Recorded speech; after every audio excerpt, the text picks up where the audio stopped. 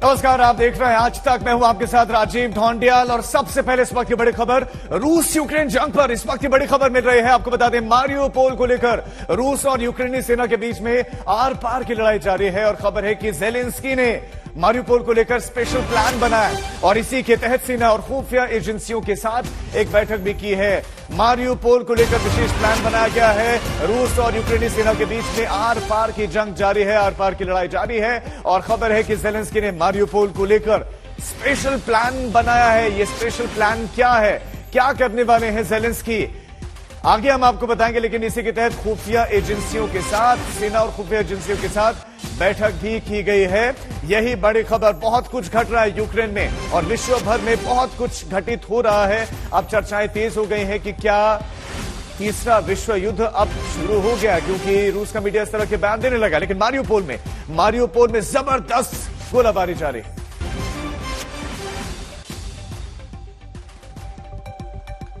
तो अपना शक्तिशाली युद्धपोत खोकर रूस बौखलाया हुआ है और इसे विश्व युद्ध का ट्रिगर माना जा रहा है। रूस ने अभी यूक्रेन के तमाम शहरों पर हमले तेज किए हैं। पहली बार लंबी दूरी की मिसाइल दागी गई है। इसका डर और कहीं पुतिन का यह गुस्सा विश्व युद्ध का दरवाजा न खोल दे, इस तरह की आशंका है।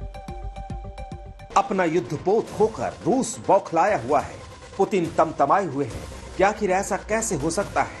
कैसे काला सागर के शहंशाह मॉस्को को इस तरह से तबाह किया जा सकता है। रूस पचा नहीं पा रहा है कि यूक्रेन ने नेपच्यून मिसाइल दागकर उसके विशाल और शक्तिशाली युद्धपोत को डुबो दिया। अमेरिका ने इसे बड़ा नुकसान बताकर रूस के पारा को और आसमान पर पहुंचा।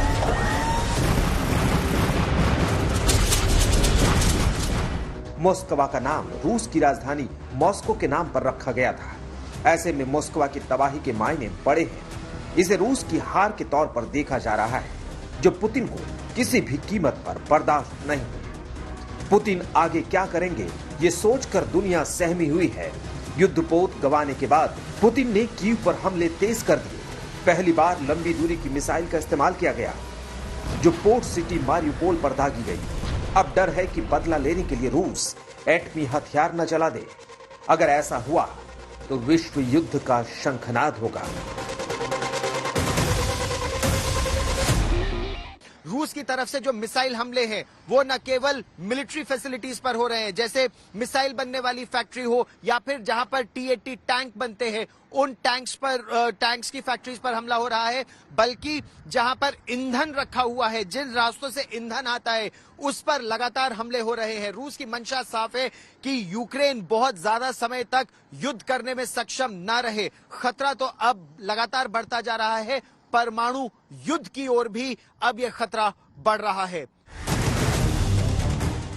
अमेरिकी खुफिया एजेंसी CIA ने रूसी बौखलाहट और हताशा को एटमी जंग से जोड़कर देखा है। CIA चीफ बर्न्स ने तो यहां तक कह दिया है कि रूस एटमी जंग छेड़ सकता है। यूक्रेन के राष्ट्रपति जेलेंस्की को भी यही डर सता रहा है। उन्होंने दावा किया है कि एटमी युद्ध को लेकर रूसी जनरलों में चर्चा हो चुकी है। अब बस ट्रिगर दबाने की देरी है। दुनिया इसके लिए तैयार रहे। अमेरिका और यूक्रेन का डर यूं ही नहीं है। पुतिन की बौखलाहट और गुस्सा तो दिख ही रही है। जनरलों को गिरफ्तार किए जा रहे हैं। रक्षा मंत्री को फटकार लग रही है। अब तो पुतिन ने यूक्रेन का ऑपरेशन अपने खासम खास और विश्वास पात्र जनरल अलेक्जेंडर को सौंपी है, जो जीत हासिल करने के लिए किसी भी हद तक जा सकता है। अब समय का चक्र फिर से घूम रहा है। एक बार फिर विश्व युद्ध का खूनी इतिहास दोहराता दिख रहा है। संभव है इसकी शुरुआत यूक्रेन रूस की जंग से हो, लेकिन बाकी मोर्चे भी इसके लिए सुलग रहे हैं। रूस का फिनलैंड और स्वीडन से बढ़ता तनाव आग में घी का काम कर सकता है। फिनलैंड और स्वीडन नाटो में शामिल होने का दम भर रहे हैं, तो रूस परमाणु हथियार की धमकी दे रहा है। हालात इतने बिगड़ गए हैं कि नाटो सेनाएं 5 युद्धपोतों के साथ बाल्टिक सागर में युद्धाभ्यास कर रही है। चीन और ताइवान का टकराव भी विश्व युद्ध के लिए एक मोर्चा बन रहा है। चीन ताइवान पर कब्जे के लिए आमादा है। हाल ही में चीन कई बार ताइवान की हवाई सीमाओं का उल्लंघन कर चुका है। यानी मंच तैयार है, बस विश्व युद्ध के लिए ट्रिगर का इंतजार है। डर है कि कहीं मॉस्को युद्धपोत ही वर्ल्ड वॉर का बहाना ना बन जाए। कीव से गौरव सावंत और राजेश पवार के साथ गीता मोहन, दोनेत्स्क, आज तक।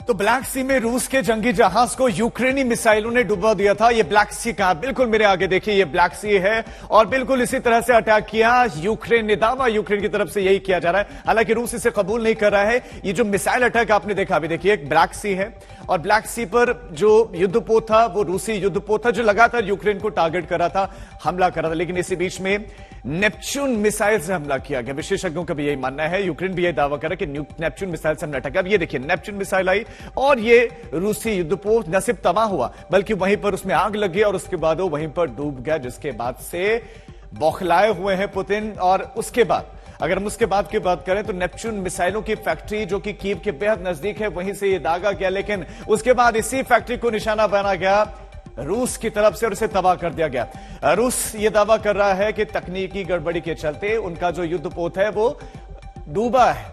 अब उधर रूस का बदला भी दिखने लगा है और उसने राजधानी कीव से लेकर दक्षिणी यूक्रेन की पोर्ट सिटी मारियोपोल तक हमले की झड़ी लगा दी है।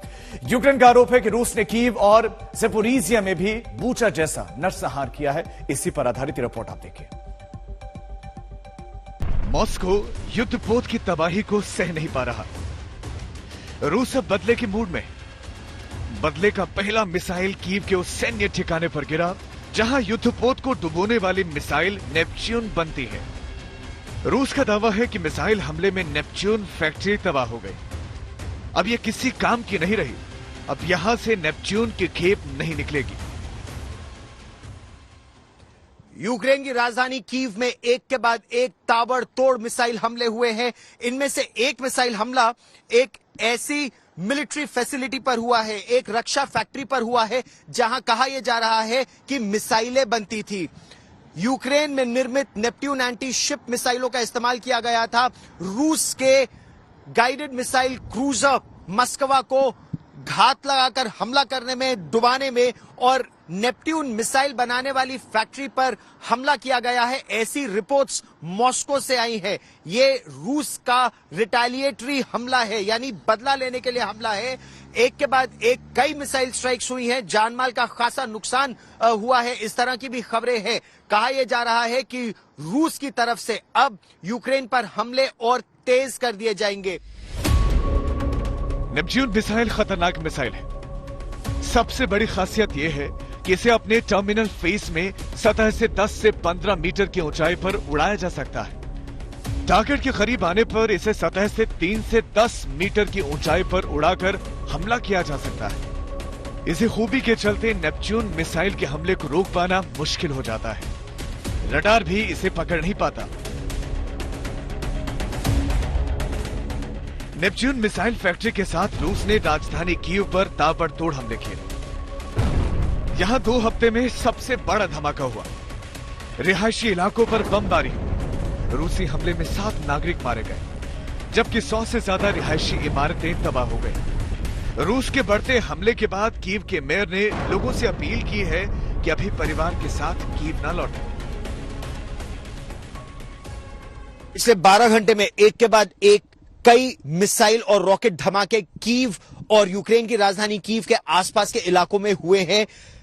न केवल उस फैक्ट्री में, रूस ने दावा किया है कि जिस इंडस्ट्रियल फैसिलिटी में नेपट्यून एंटी शिप मिसाइल बनती है उसे ध्वस्त किया गया। यह इसलिए किया गया क्योंकि 2 नेपट्यून एंटी शिप मिसाइल दागकर रूस के सबसे बड़े ब्लैक सी फ्लीट के फ्लैगशिप मस्कवा को डुबाने का आरोप यूक्रेन पर लगा है। तो जहां पर नेपट्यून एंटी शिप मिसाइल बनती है उस जगह को ध्वस्त किया गया, लेकिन उसके अलावा ऐसी कई फैक्ट्रियों को निशाना बनाया गया है। बाइडेन की बातों से पुतिन नाराज हुए और यूक्रेन तबाह हो गया। लेकिन सवाल यह है कि रूस के इतने भयानक हमलों के बावजूद भी यूक्रेन जंग में कैसे टिका हुआ है। दुनिया का सबसे ज्यादा परमाणु हथियारों से लैस रूस यूक्रेन को झुका क्यों नहीं सका? इसका जवाब अमेरिकी नीति है, जिसने बिना लड़े रूस को अधमरा कर दिया। एक तरफ रूस ने यूक्रेन में तबाही का कभी न भूलने वाला मंजर दिखाया है, तो वहीं इतनी तबाही के बावजूद यूक्रेन भी जंग में हथियार डालने को तैयार नहीं है। सवाल है क्यों? क्यों रूस की सेना और टैंकों को जेलेंस्की के लड़ाके चींटी की तरह मसलने में कामयाब हो रहे हैं? आप भी सोच रहे होंगे कि आखिर रूस जैसी महाशक्ति के सामने यूक्रेन इतना पराक्रम कैसे दिखा रहा है? तो इसका जवाब अब बहुत ध्यान से सुनिए। अमेरिकी विदेश मंत्री एंटनी ब्लिंकन ने बताया कि यूक्रेन को अब तक 60,000 एंटी टैंक मिसाइल और 25,000 portable anti tank missile system दिया जा चुका है। यही नहीं, यूक्रेन एंटी टैंक मिसाइल की हफ्ते भर की खेप को एक ही दिन में इस्तेमाल कर रहा है। अकेला अमेरिका अब तक 50 दिन में 13,000 करोड़ के हथियार यूक्रेन भेज चुका है। यही वजह है कि न तो अभी तक रूस यूक्रेन को घुटनों के बल ला सका है और न ही रूस अपने मकसद में पूरी तरह से कामयाब हो सका है। हालत ये हो गई है कि रूस की सेना की क्षमता पर ही सवाल उठने शुरू हो गए हैं। युद्ध के 50 दिन में रूस 366 तोप, 1968 बख्तरबंद लड़ाकू वाहन, 160 लड़ाकू विमान, 144 helicopter, 753 tank, 4 mobile SRBM system, 122 multiple launch rocket system, 1437 सैनिक गाड़ियां, 76 fuel tank, 134 drone, 64 anti aircraft warrior, 25 special equipment और करीब 20,000 सैनिकों के मारे जाने का दावा यूक्रेन की तरफ से किया जा रहा है। जिस तरह से युद्ध के 50वें दिन ये खबर आई कि ब्लैक सी में रूस का युद्धपोत तबाह हो गया है, उसने यकीनन पुतिन के पैरों तले भी जमीन खिसका दी होगी, क्योंकि रूसी नौसेना के मोस्कवा क्रूजर में 16 की संख्या में P500 बाजार या P1000 वल्कन एंटी शिप मिसाइलें लगी हुई थी। इसके अलावा इस युद्धपोत पर 64 S-400 F-4 लंबी दूरी की सतह से हवा में मार करने वाली मिसाइलें भी तैनात थी। मोस्कवा पर 40 की संख्या में OSA-MA SR सतह से मार करने वाली मिसाइलें, एक दिन में एक twin AK-130 dual purpose gun, 6 AK-630 close in weapon system, 2 anti submarine motor, 10 की संख्या में 533 मिलीमीटर टारपीडो ट्यूब भी तैनात थे। यूक्रेन ये सब अमेरिका और नाटो के हथियारों के दम पर ही कर सका, जिसकी लगातार सप्लाई हो रही है। ऐसा ही एक वीडियो देखिए जिसमें जेवलिन रॉकेट की एक खेप यूक्रेन भेजी जा रही है। अमेरिकी रक्षा विभाग ने भी खुलासा किया है कि अधिकृत तौर पर यूएस अमेरिका में सबसे बड़ा हथियार सप्लाई अभियान चला रहा है। जो बाइडेन ने सत्ता में आने के बाद से यूक्रेन को अमेरिका से 85,000 करोड़ रुपए की मदद भेज दी है। जंग शुरू होने के बाद यूक्रेन को अमेरिका ने 1400 स्ट्रिंगर एंटी एयरक्राफ्ट सिस्टम दिया है। 2014 के बाद जो हुई थी और क्रीमिया लेने के बाद देखिए यूक्रेन ने बहुत तैयारी की है और उसमें बहुत बड़ा योगदान रहा है नाटो का, अमेरिकन और जो वेस्ट कंट्रीज़ के जो weapons equipment, shoulder fired missiles, shoulder fired आपके सतह से आकाश में मार करने वाली ये कैपेबिलिटी मिसाइल सिस्टम्स, उनके जो ये थे ड्रोन्स खास करके जो आए हैं TB21 जो आए हैं 20 के करीब आए थे टर्की से, उनका बड़ा योगदान रहा है। या उनके जो आयरन शील्ड हैं, जो उनको एयर डिफेंस सिस्टम है, सब मिला था। तो उसके कारण आपने देखा है जो जंग है इतना बड़ा खींच रहा है। अमेरिका और नाटो भले ही अभी तक जंग से दूर हो, लेकिन वो यूक्रेन को हथियार देकर बिना लड़े ही रूस को बड़ा नुकसान पहुंचाने में कामयाब हो चुके हैं। रूस की सेना की कमियों को बेपर्दा कर दिया गया है।